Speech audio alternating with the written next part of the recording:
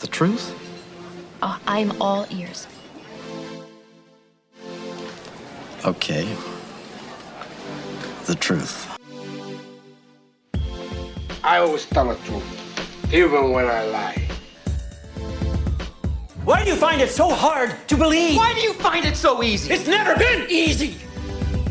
You want answers? I think I'm entitled. You want answers? I want the truth. All I'm offering is the truth. Nothing more.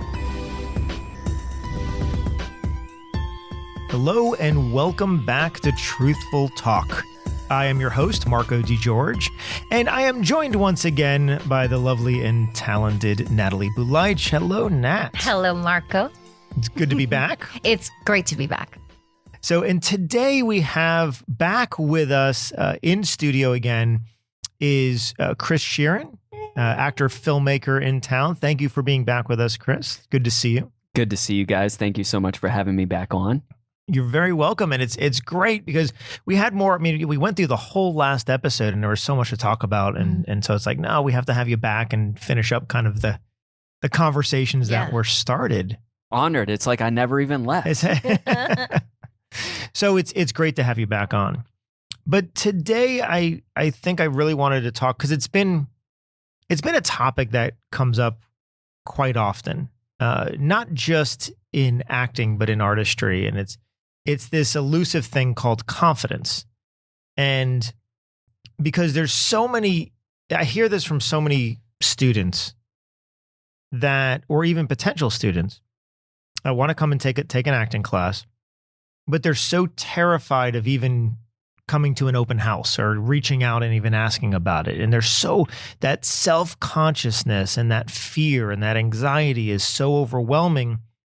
It stops people from even taking the first step of even attempting something. And in fact, I remember we had an open house recently at Truthful Acting, and someone pulled up. They were afraid that they were being invited by someone else and, coming to the open house, and they pulled up in their car and just sat in their car for like another 10, 15 minutes because of the fear of even coming in and being judged. And I think so many people that want to get involved in the arts, whether it's acting, whether it's singing, whether it's dancing, whatever it is, it's something in the artistic, especially the performance arts. You want to do it and you have this passion for doing it, but yet that fear or anxiety gets in the way. So I figured today would be a good time to talk about that and to talk about how do we each individually get over that and what advice we can give people on absolutely. On how to do that. Nat, how do you feel about this whole topic? Oh my goodness. There's so much to even address. Personally for me, I won't give too much of a long history, but impending fear of death. I would die if I was, gonna walk in class, stand in front of a classroom. I remember in some kind of class growing up, 8th grade or something, I remember talking to the teacher and telling her, please, I can't get up there. I can't get up there. Knowing that I had always a love and passion for the arts and the whatever it is. But it's so interesting. It's like there is no way around it but through it, and to follow your instincts, if that's what you have in your heart that you want to explore in those secret places that stay with you. They don't leave you. They just get louder and you just get mad at not going to explore it. And so then it builds like a dirty cycle of just hating oneself for not going, not showing up. It's petrifying. All I can say is those things that call you are what you must do. And if you can at least go with somebody, come with somebody, that's a nice step in the journey. But I understand the fear. And since I've been here with you taking classes for so long, all I can say is, coming from this side, you gain the confidence through going through each and every class, each and every semester, each and every challenge. There's no other way. If you choose not to take a class in these art forms, you will always stay in the same place you have always been. But if you have some kind of pull I do believe it's a pull towards the arts in general. It's calling you. Just step in. That's all I can say I can go deeper and longer, but I wish that I had that confidence younger or somebody that I could go with, because I would have been that person in the car. And I have been that person for years. I can go deep. Petrifying fear. Yeah. Yeah. Yeah. And Chris, how about for you? Have you dealt with any of that? Maybe starting out as a filmmaker or even starting here as acting? Yeah. What have you dealt with in either confidence or, self-conscious? I was that person sitting in the car. Okay. My first open house. I knew not one person in Orlando except for my family. Not one person. And I was absolutely terrified. But to me, confidence is the willingness to fail. And I grew up as a skateboarder, failing. That's how you learn your tricks. Yeah. You learn your tricks by spending all day trying to do one trick just to land it once. Yeah. And even if you try and do it again, you're probably not going to land it. But that consistency is what helps build confidence. It's not something that you're born to have. It's a skill set. And training yourself is the best way to gain confidence. And so I say to those that are sitting in their car, and there's multiple things that we can get into that I have to do to keep my quote unquote confidence up. Because some people will just say, oh, you were born confident. Right. You should see pictures of me when I was 19, 20 years old. I was hiding behind my hair and my look because I didn't have actual confidence. I was standing on stage and I could not talk to the audience. I would just wait for the band to play. Yeah. Because I was a frontman vocalist. I had no confidence. On top of that, which is so people won't understand that a lot of the time too, when you're somebody who's an artist, but right. We still struggle with that. Yes. Frontman vocalist. And you would think that that person has all the confidence in the world. And it's just, sorry, I didn't mean to interrupt, but I'm just thinking, and you're struggling with this horrible feeling. We all do as human beings. And I love it. I love that it's something that you teach, especially in the second semester. It's about getting out of the box and living on the edge as an artist. It's extremely important. Once again, whether you could use all the analogies in the world. If you're standing on the edge of a diving board and you want to jump in, it takes that extra oomph for you to step in there. And a couple of things that I do just to bring it up real quick is the phones and the scrolling and all of that creates a fragmented brain. So first and foremost, if you want to reduce your anxiety, go take a walk in nature, okay?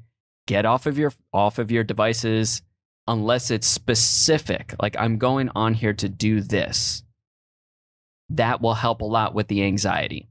Exercise helps a lot as well. Your eating patterns, that helps a lot, because I'll tell you what, while we still have to build up confidence, the confidence nowadays versus even 10, 12 years ago in general society has weakened massively simply because of our devices. There's too much going on inside the brain. And so if you dial that back alone, you'll notice your, once again, quote unquote, confidence start to come back. And that helps a lot. What do we say though because there's so many people, and I don't ever hear about it until afterwards, of course. I'll hear from students that have said, I wanted to take your course 5 years ago. I've been signed up for your mailing list for 5 years. I've been wanting to do it, but something has always held me back. Something has stopped me from taking that plunge. What advice can you give someone? And I think, to take a step back from that, I think the issue in performing arts is there's a fear of not fitting in, fear of not being good enough. I mean, obviously you're going into a classroom with other people. And what if you can't do this thing? Mm-hmm. Right. And that comes from just not even knowing what acting is to begin with. So you think you have to have this talent. You have to walk into the room already, quote unquote, talented. Yeah. And so I think that's where a lot of that fear comes in. But I mean, it's a common story of, oh yeah, I've been thinking about this for 5 years and just never did it. Mm-hmm. And so what advice would either of you have to Like, what do you tell somebody that really wants to do something but is so desperately afraid of? I would start with community. Look for community and not for something within yourself, because that willingness to fail is going to happen whether you expect it or not. Not everybody knows how to come in and act. I didn't know how to act, and neither did any of my peers when I first began. But we were all willing to fail together, and that's what I deeply love about this studio is there's a camaraderie that begins within the class, and we do group circles at the end of the day, and we just kind of go over everything. And that alone is building strength within ourselves as artists, even though it's a communal thing. So it starts with community first. Go and seek community. Go to the open house. Just go and talk to somebody, right? Be willing to just be who you are and see if it's the type of environment that you belong in. And if it doesn't feel right, you'll know immediately. Go try a different place. But it starts with community first to help build confidence. Nat, what are your thoughts? I keep thinking of the degrees of anxiety, of fear. Community is massively important. I think a great point, Chris, because these individuals are growing up in families that are not giving to them this life of going through the arts and performing arts, like you're saying and mentioning. They have no idea. I come from that background. I'm sure you do. So you're just alone in your own thoughts with a deep desire to learn to train. So it's difficult to, outside of just saying like what you're talking about, which I think community is amazing, there's small baby steps. All I can say is if you have that longing, reach out, send a text, send an email, take one step towards that, whatever it is. If that took somebody 5 years to even come and see you, call first, write an email. Because it's almost so much at one time, but that's where they need to be. They need to be here. And yes, especially if somebody's saying for years, then they really need to be here more than anything. Reach out with people, community. I think that's a great point. If you need to be pushed, self-reflection helps. How auditioning was a question that I would get asked a lot by peers. How do you audition and not feel so anxiety driven? I'm like, I do feel the anxiety before I begin, but what I do is I reflect on, first and foremost, I'm 34 years old. So I've already had 14 plus years of regular working experience, clocking into a job that I absolutely do not want to be at, but it pays the bills and I have to show up here. So if I reflect on that time, 8 hours, 10 hours, 12 hours, whatever the shift is, that's something that I prefer not to give my time to versus I have this idea that I want to become an actor or a filmmaker and I want to give my time to that. So why wouldn't I just try? Why wouldn't I jump off the diving board and give my time to this and just see what happens? And sometimes I understand a lot of people might feel like they're being judged, which kind of goes back to find the right energy, find the right space that makes you feel safe to pursue what you're looking to do, because that will help out. And seek out people around you in your community, in somewhere that you are motivated, inspired by. Ask them if they want to have a tea or something. There's such small things, but it's the beginning. When you see somebody have that spark of energy or some kind of life force that you're just so interested in or you want to be like, I think it's nice to have a radar for that. What am I looking for? What do I like? You know what you want. I want positivity. I want a life of artistry and beauty. What do I want? And eventually you'll find something throughout everything. They'll kind of peek out, like seek and ye shall find kind of thing. It's so it is a self-reflective journey, and just be around those people who are doing things that you want to do in a healthy way, of course, but you have to get out of that. Yeah, I think that you're right. I mean, you have to connect up with people and you have to, but I think that's the hard step, connecting up with someone, like figuring out who to connect up with. To me, I think it comes down to the misconception of what acting is. before you learn acting, you believe that it's something you're born with. There's this misconception that acting is a talent, a natural talent. And so many people want to explore it, but they are immediately self-critical of saying, but I'm not talented. I can't do what they're doing. Not realizing that it's a learned skill.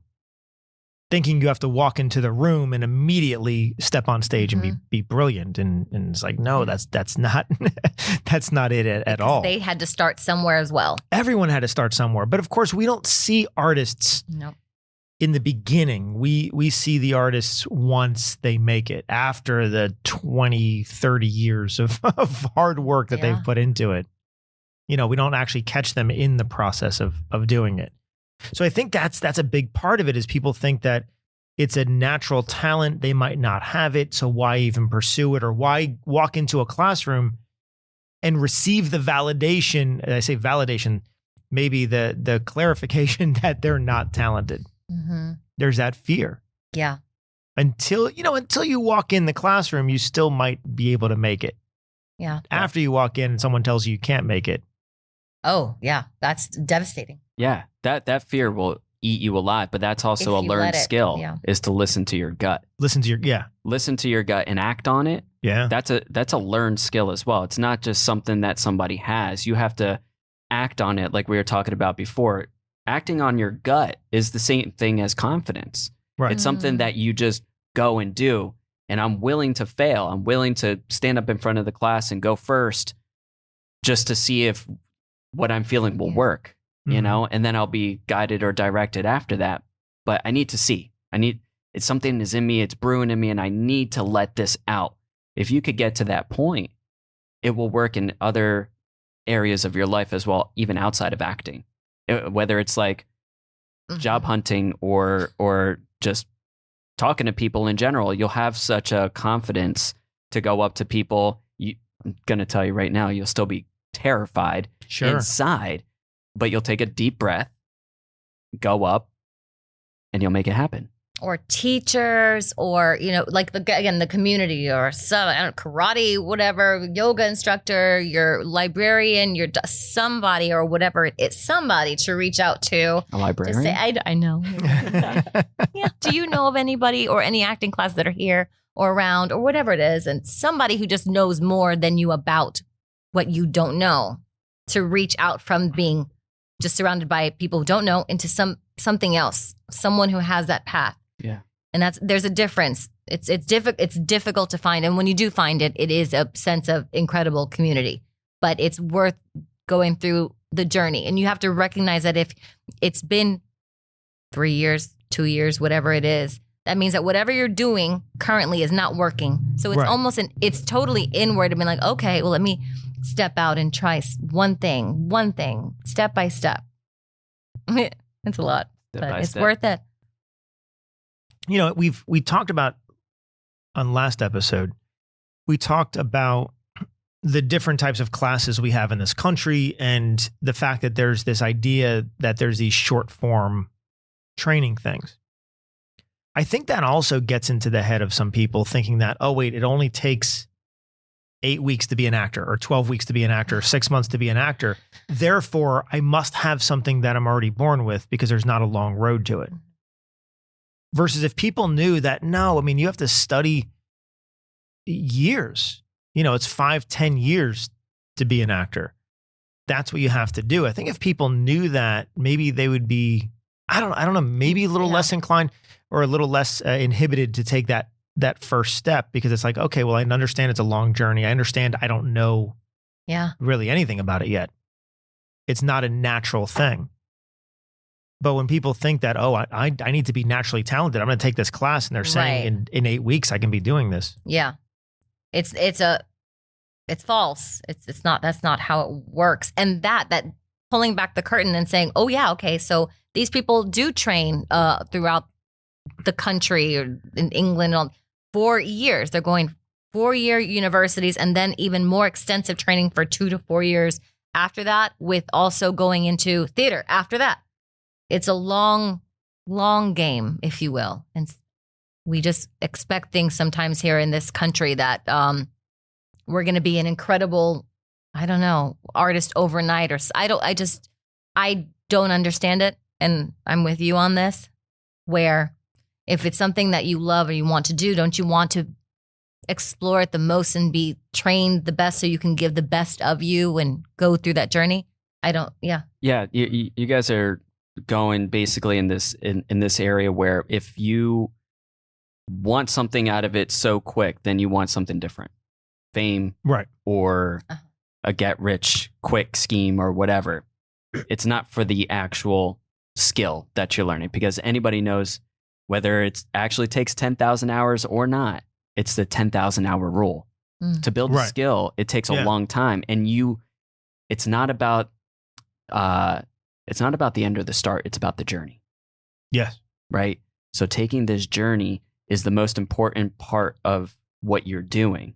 And that is, it's so important for the confidence to understand that you're on a journey and not that you're trying to get somewhere. I'm not trying to be in Hollywood. There already. Right. I want to tell good stories. So how do I get better at telling greater stories?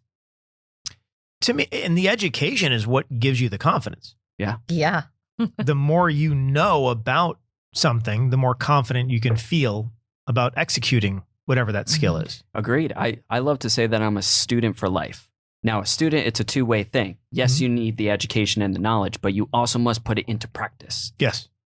You must do that repetitiously. That reminds me of, I'm thinking of a surgeon or a doctor. You have a first year med student or somebody you're not going to trust them with the scalpel, with brain surgery or whatever. You're going to wait until somebody's ready. And even for them, it's still a practice at the highest level under this pressure. But they were never expected to have all of those skills in the beginning out of high school or whatever that is. And I also heard somewhere in England that they actually respect actors as much as they do doctors. Yes. Which is beautiful. Yeah, culturally. So, that's a whole other aspect of it. But that breeds confidence. The doctors all had to train way back before, and they had to start also in the same place we have, in a place that is without the experience and the education and the time that it takes and the expertise and all of the teachers that are there guiding them step by step on the way so that they're ready for the theater or surgery or whatever it is. But it's amazing that we think that we're supposed to just pop out and be the next whatever without training. But that's good. That's a good point where, we wouldn't want a surgeon operating on us that has only done classroom stuff only. Like, oh, this is our first surgery is going to be on you. You don't want to know that. No. There's a reason that, in the medical field, sure, they go from the classroom, but then they go into practicals, and then you have to do your internship, right? I mean, you go through a series of steps of actually applying, like you were saying, Chris, like applying everything that you're doing. Mm-hmm. You have to do that. You have to have both. You can't just have the theory of it. And it needs, and which is, it goes back to like what they do in London. Sure, you go through university, which is probably 3 to 4 years. And then you go through conservatory, which is another 3 to 4 years. Then you go into something called repertory, which is basically just working a lot in theater over and over and over again. A lot of different shows, but they're running several shows at the same time. And so it gives the actors a very practical thing. I mean, they train for 8 to 10 years as an actor. Then they come over and they do American film. And we're like, oh my God, they're brand like that. That's our first introduction to them. So we think, oh, they're just magically talented. Wow. Yeah. And that is something that has to be erased from our minds as people who don't know what acting is, the training, all of that. But it's this thing, this unicorn, like, no, I was supposed to be the next in 2 years from now, or in 12 weeks, I'm going to be the whatever that is. And they believe it with all of their heart.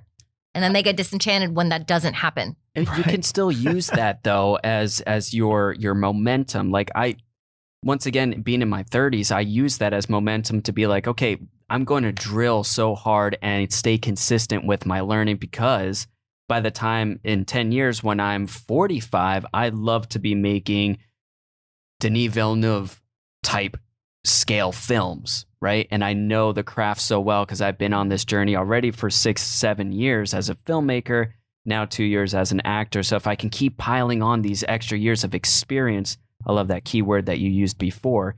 Experience is such a builder of confidence. Yes. And we're not talking, there's a fine line between confidence and arrogance. We're not saying that you're like, I'm better than anybody or I will make the greatest thing. Yeah. It's self-confidence to jump off the diving board and to step into a project and be vulnerable, which is something that I also think that we should go into, that it requires a lot of self-exploration. Yes. To release those emotional blocks so that you can get out of the car and come and speak to people. Because I know that you bring this up a lot, but it's something that somebody put in your head about you, right, that makes you afraid or fearful of what other people may say. Typically, it could be parents, it could be siblings, family members, friends, teachers, whatever the case is. We've been told or conditioned a certain manner, and it's up to us to undo that conditioning, right, to be free. But you're right, we are conditioned for that. We're taught those things. To go back, one thing you were saying about confidence versus arrogance. Yes.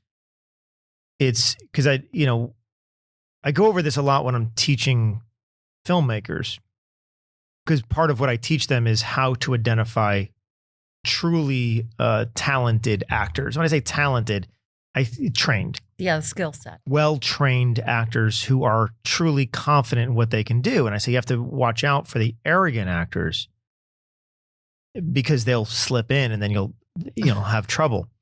And it's what I try to tell them is confidence is the feeling that you can do something well.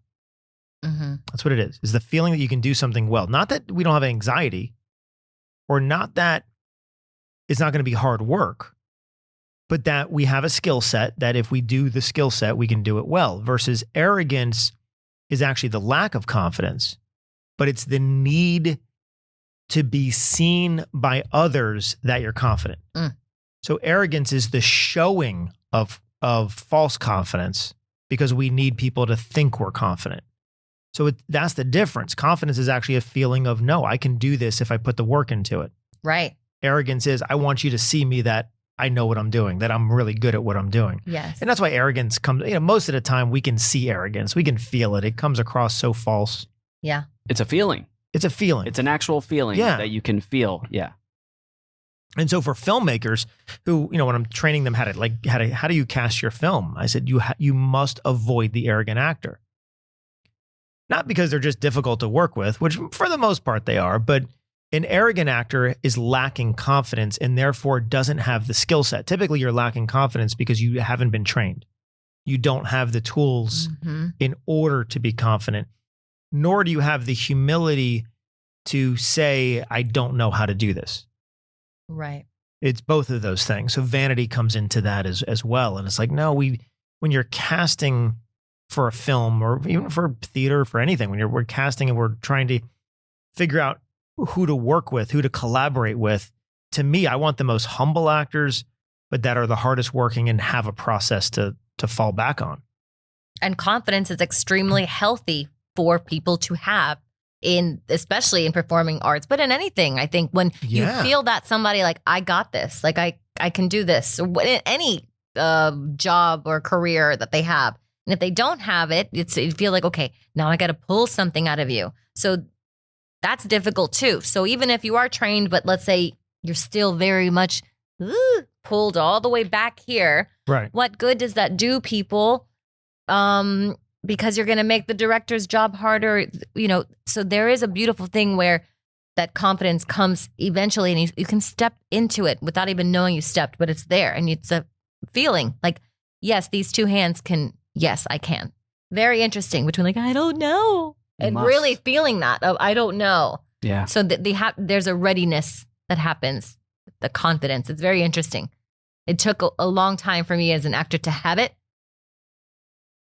But then once I had it, I was like, okay, I feel like I'm capable to handle this gift, this pressure, this stress, whatever it is, I can. And I wouldn't have been able to do any of the roles had it not been for all the years of training before. There was no way. I think we've talked about this before.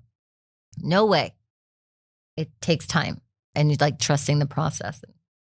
Work, action. Work is where confidence comes from. Repetition, doing it over and over again. That's where you build the confidence. The anxiety will never go away, but that is the energy that will propel you into the momentum of actually doing it to get it done. And that's something that, once again, it goes back into lifestyle. As we go into this digital future, a lot of this technology is forcing our brains to mush. And I love one of our eldest classmates, Dee Dee. She loves to say how much she reads and keeps sharpening her brain, because it's so imperative if you want to keep doing things in life. And that requires confidence. Yeah. The confidence to go out there and show up to a class 2 times a week for 28 classes. Right. That takes confidence to do that.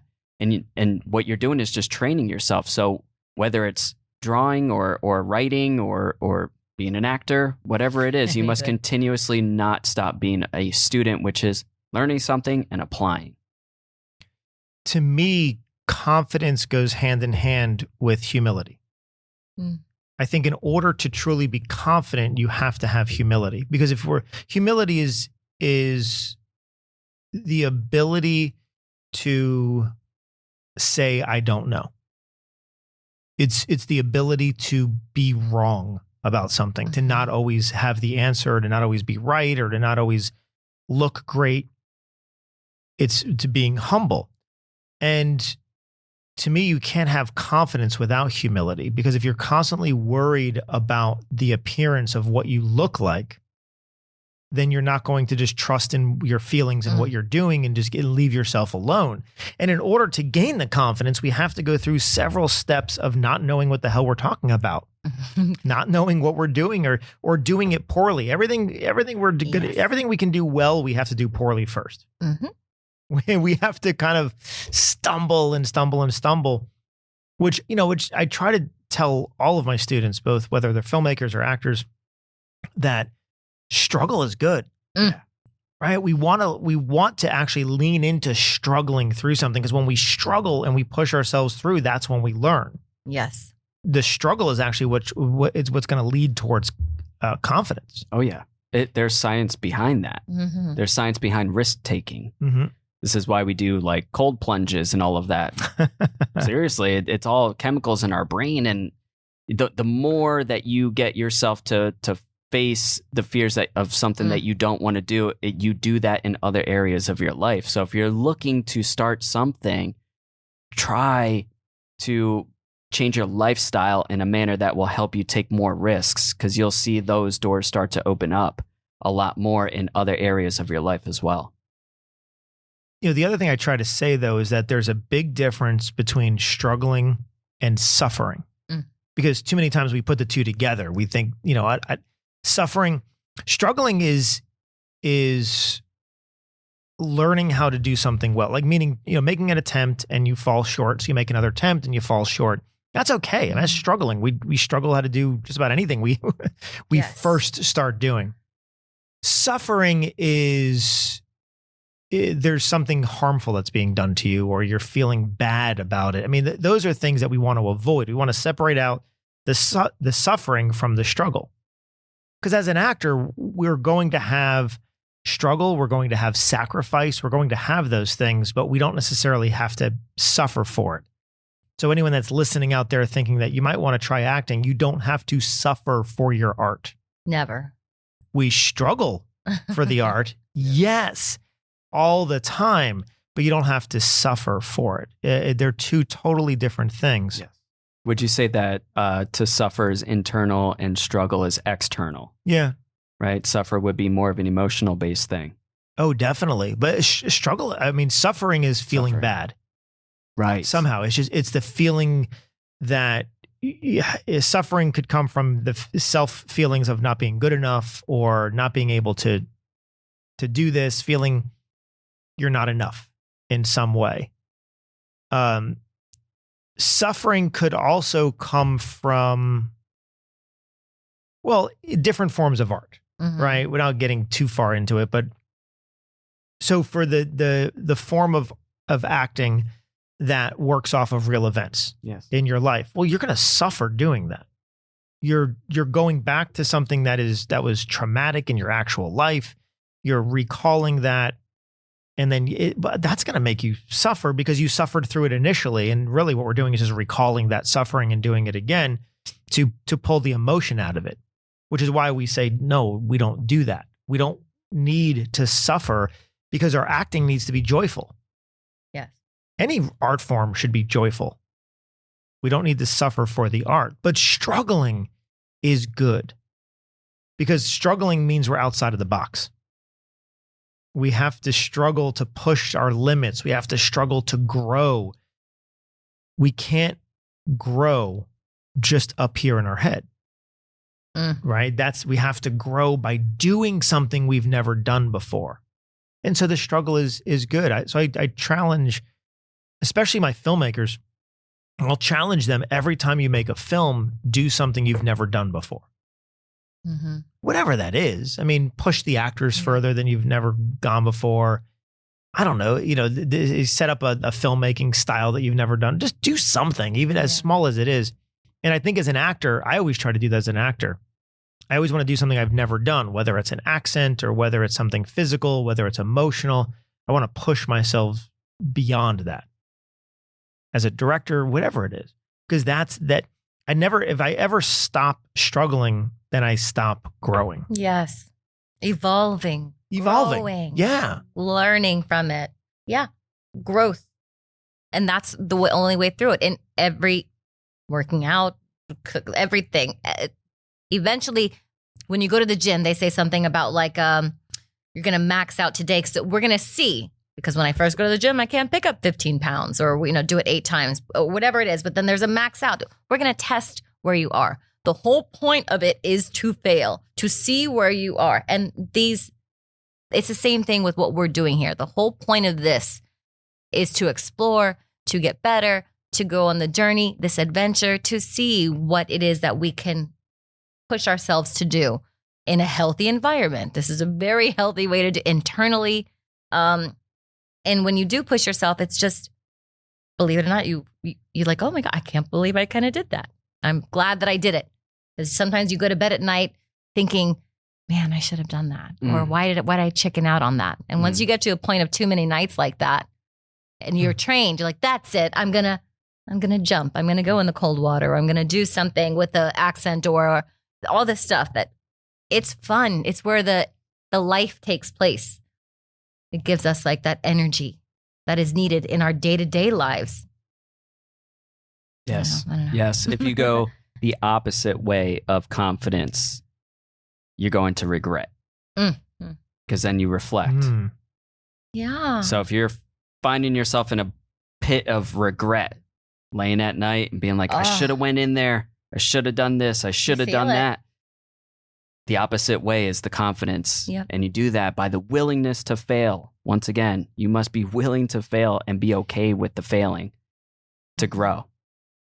And as we talk about this concept called failing, all we're really saying is not doing it well. We have an expectation. In order to fail, we have to have an expectation. So we have an expectation of what it should be.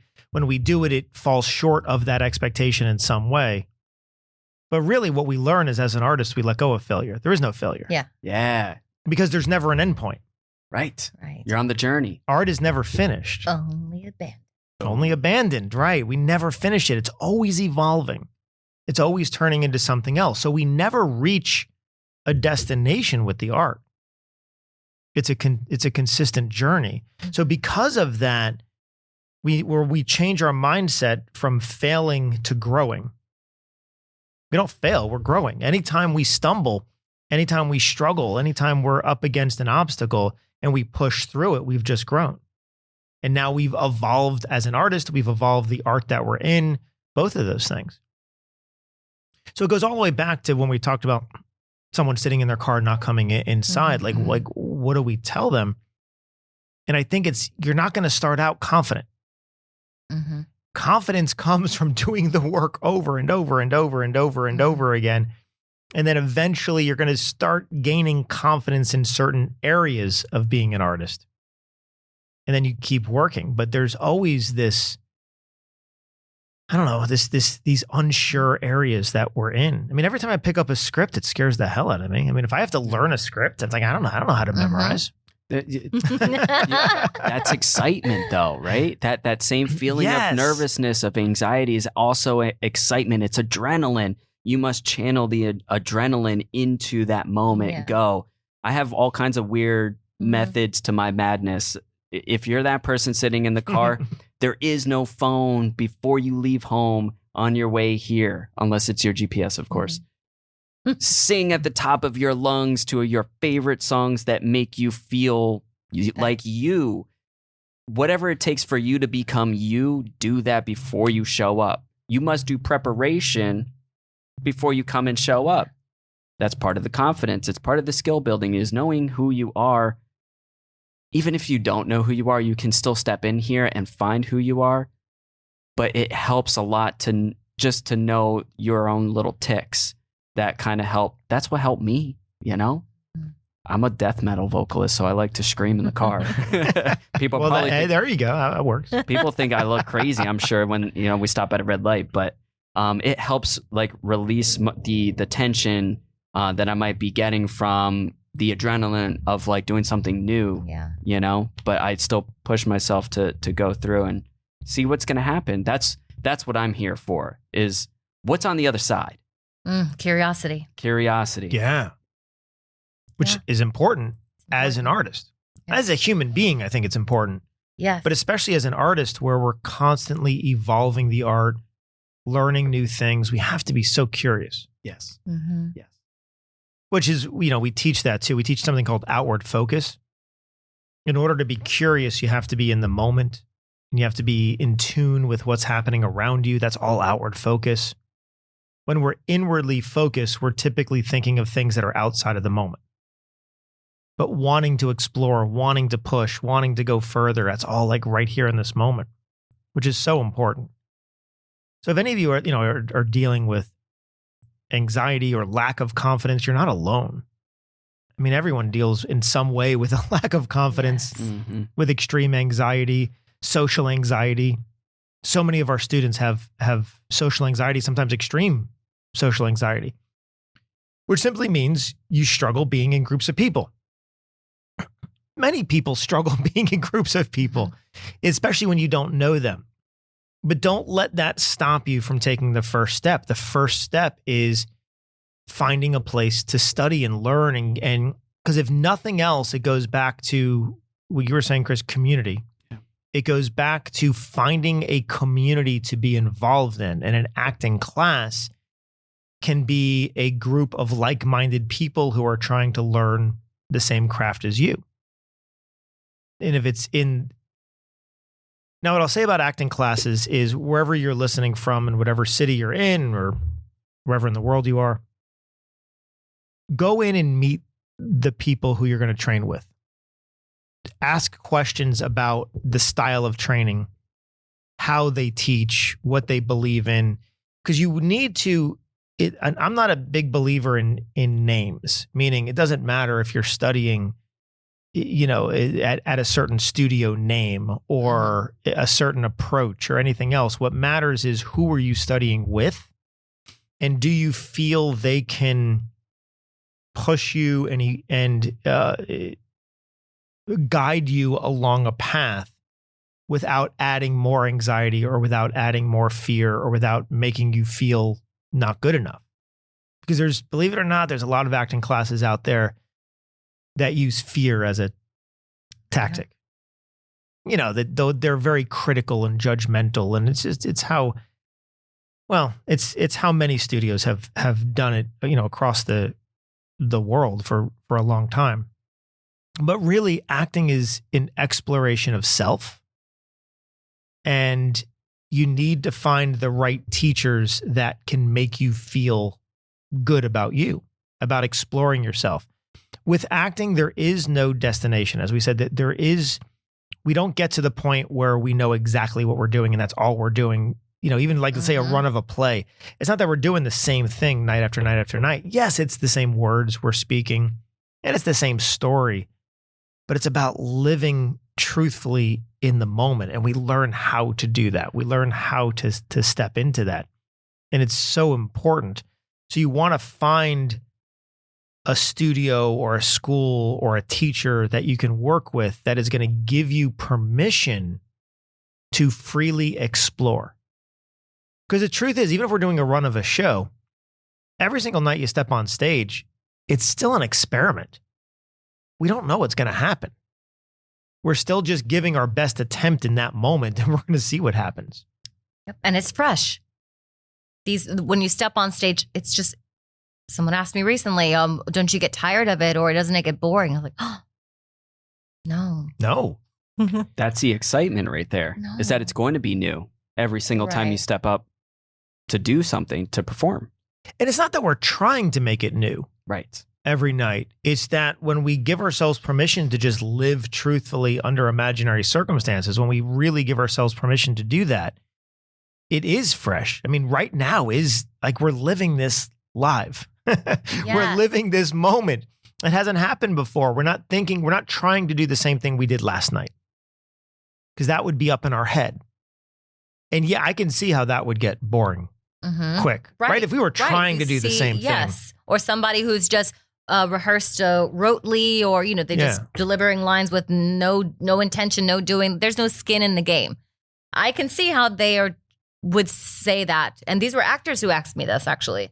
Doesn't it get boring? You did a year or whatever it was. Like, weren't you bored? I was like, no. And I felt bad for these people because it's a different type of training that they had experienced and a different way that they went through this acting process. But it's fresh every night with living in the moment. And it's almost like a daily.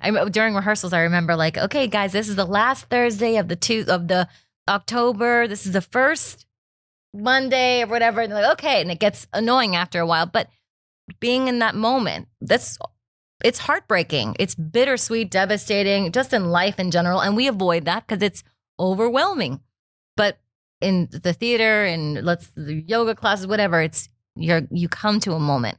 Yeah. And just when you're able to explore that as an actor on stage or on set or on film, there is something you cannot deny. It is fresh. It is like at moment to moment to moment. And we train for that.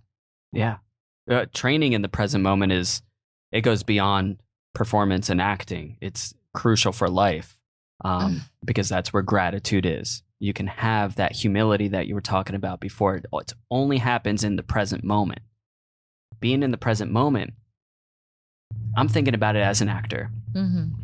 And I love this quote that Jake Gyllenhaal once said while being on set with a big name actor. He was so excited because he thought he was killing it. Shot after shot after shot, he's yelling, he's getting really into his lines. But the actor comes up to him in between takes and is like, "You're not listening to me." And then every take after that was completely different. And what I got from that after training as an actor is he wasn't truly being present and listening and reacting off of that moment. He was pre-planned with what he wanted to do. Right. And that's not being, giving in the moment. In these, there are short form acting classes that believe it or not, they teach actors not to memorize, not to fully memorize, because it will then be more spontaneous, and not to rehearse, because if they rehearse, they'll lose the spontaneity. And they actually teach actors this. And it's because they're not teaching a process. So they don't have a process. They're teaching an actor of how to memorize fully and keep the spontaneity, or how to rehearse to an exhausting level and keep the spontaneity. They don't have those tools. So therefore they're training, but don't do this, because they're training at what we call a technical approach, which means, they are pre-planning. And they'll even say, like, when you go on set, it's usually these, quote unquote, quick to film classes, these straight to film acting classes. Mm-hmm. But they'll say, even when you go on set, don't do more than 3 takes. Like insist that you're not going to do more than 3 takes because otherwise it's not going to, you'll lose it after 3 takes. I'm like, oh my God. And I feel bad for the actors because they actually come out of class thinking this is how to act. Yeah. And it's like, no. If running something over and over and over made the performance worse, Broadway wouldn't exist. True. That's the end of it, right? Because if you're doing 500 shows of something, it wouldn't be able to sustain that if running it over and over and over made it worse. Mm-hmm. It's like, no, you need to learn the process to memorize fully to where we're using every single word of the script.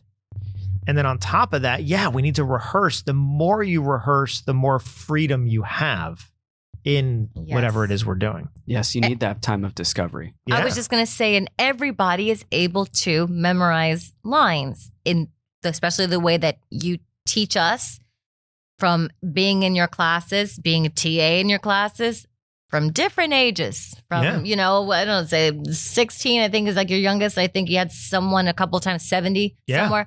Right. It's learnable. It's not something that you cannot do. All of this is teachable and learnable, but some people just think that it's overwhelming. How do you learn these lines? That's another really important thing that goes hand in hand with confidence is professionalism. Yes. Having a process. When I showed up even on a student film, but I knew my lines and I had offers that I wanted to give to the director, that's showing up. They were like, "Oh, you're so professional." But I'm just prepared. That's it. Yeah, just being prepared. I'm just prepared. I have a process and I'm using my process. I'm not showing up and trying to figure it out in the moment here. Yes. Well, I am, but touche. Yes, right? See what I did but there? you're prepared. Yes. To then discover something new in the moment. Right. Which is different than showing up unprepared, trying to figure it out for the first time, right? There's a difference there. Yeah, you need to be able to execute the mark and the angle that you're trying to go down. I think of it as like a coloring book. The process allows me to have the sharp lines, and I can color in it with however I want. Right. If there is no process, there is no hard lines, and you're just going to get a collaging, crazy, colorful mess. Which might be cool for experimental stuff, but if you're really trying to, it's not up to you if you take 3 takes or not. You're the actor. You're supposed to give yourself to the production, to the story. Right. It's up to the director. If an actor came up to me and was like, "I only need 3 takes," I'm like, there's the arrogance, right? Right. Like, come on, man, or lady, I need you to. These are and these are the same actors, and again, they're taught this, that if the camera is not on you, then don't put anything into your performance. So, if we're in a scene together, right? So just a quick tutorial, but when we're shooting a scene, let's say it's a 2-person scene, we're sitting at a table. Well, there's different camera angles, right? And so the camera will show both of us together in a 2-shot. It will go over my shoulder onto my partner as another shot, over their shoulder onto me as another shot. And typically there's like, even in a minimum sense, there's 6 to 8 different shots, camera setups to record this scene. Let's say it's a 2-minute scene. Within that, there's going to be 6 to 8 takes for each shot. So, even rough numbers, we're looking at anywhere between 40 and 50 takes to do a scene. We're running the scene, a 2-minute scene, 40 to 50 times from different angles that then we edit together. So the training of these technical actors, what they're told is, unless the camera is on them, don't give a full performance, because otherwise you'll lose it when the camera's on you. And don't give your best performance until the camera's in more of the closest shot that's going to be on you. Only then and I'm like, man, what horrible training that is. Because if you're a well-trained actor, you could go all out every single take. Yes. There is no holding back. You can go all out every single take. And also, we're in an art form where we're constantly reacting. Right. Like the listening, like you're saying, we have to listen and react. So yeah, the camera's on your partner. if you're not going all out and giving them something to react off of, now you're putting them at a disservice. Right. That goes back to the arrogant thing. It's all about It's all about you, right. It's all about you. But you should be wanting to make the best scene that you can. Because you don't know what you can do for your scene partner by simply listening. And heads up to a lot of actors, when you submit self-tapes, the casting director is actually looking to see how good of a listener you are to those in-between moments, not just how well you perform in your talking moments. There's a great interview. It was with Rob Reiner and talking about A Few Good Men, working with Jack Nicholson. And it was saying, like, you know, in the famous courtroom scene in A Few Good Men, you know, you can't handle the truth and that whole thing. He went up to Nicholson and said, hey, you know, we can either shoot you first, like the close-up of you first, or we can shoot a lot of the inserts and the coverage and stuff like that of, you know, the rest of the courtroom. If you want some time to warm up, you know, what do you prefer? And he's like, no, shoot everything else first and then come back to me. Like, okay. And he said every single take, the camera wasn't on Nicholson at all, but he was going all out. He was given like an amazing full performance. He said it was the same full performance that you saw on camera. He was giving it, and he went up to Nicholson. He said, "You sure you don't want me to turn the camera around? You seem like you're in it." He's like, "I'm an actor, right?" He's like, "How many times do I get to act in something like this?" You know. And so he said, "No, this is what I live for. Right. This is what I do. I'm not going to ever hold back." That's beautiful. And he said, yeah. So then when they turned the camera around, he gave us the brilliant performance that he did. It was the same performance, same intensity, same emotion that he gave when the camera wasn't on him. That's why he's one of the best of all time. That's why he's Jack Nicholson. That's why he's Jack Nicholson. Yes. I've heard the same about Leo DiCaprio by John Leguizamo. In Romeo and Juliet. Yeah. Every take, he's behind the camera, giving it 100%. And that always stuck with me. Wow. If you're off camera, this is before I had acting training. If you're off camera, you're always giving it 100% to your scene partner because they deserve that. Yeah. They deserve that moment. It makes the rest of the film better. It's not just about you and your performance. It's about the whole thing. You're going to look better as an actor if the film looks better. If it's a good film and it's a good story, that's going to make you look good. I think movie stardom changed that perception, and it put a lot of that perception into our minds that this person's so big because of what they do. Right. When in actuality, even the movie star would know, I'm sure, that it's a team effort. Yes. It's a team effort to make this incredible piece of moving art. Together. Together. And you cannot do it alone. Right. That takes humility. Yes. Oh, that seems like a good place to end our discussion on this. Yes. Snaps for that. So thank you, Chris. Thank you once again for being in here. Thank you so much for having me. It was amazing having you on. Thank you for all of your insight. It was awesome. Yeah. Thank you guys for having me. And Nat, so awesome doing this with you. Thank you, Marco. You're amazing. Oh, as are you. And thank you to all our listeners out there. We really appreciate you tuning in. We will be back with you again soon with another episode. So don't go too far away. Bye. All right? And remember to treat yourself with kindness. I think that's such an important lesson to do. And can we say, reward yourselves for the risks that you take. Yes. All right, everyone. Bye. If you'd like to learn more about our studio and what we do, you can find us online at truthfulacting.com and check out truthfulactingonline.com for our Learn at Home at Your Own Pace courses. So what I told you was true, from a certain point of view. You must unlearn what you have learned. I know what you're trying to do. I'm trying to free your mind, but I can only show you the door. You're the one that has to walk through it.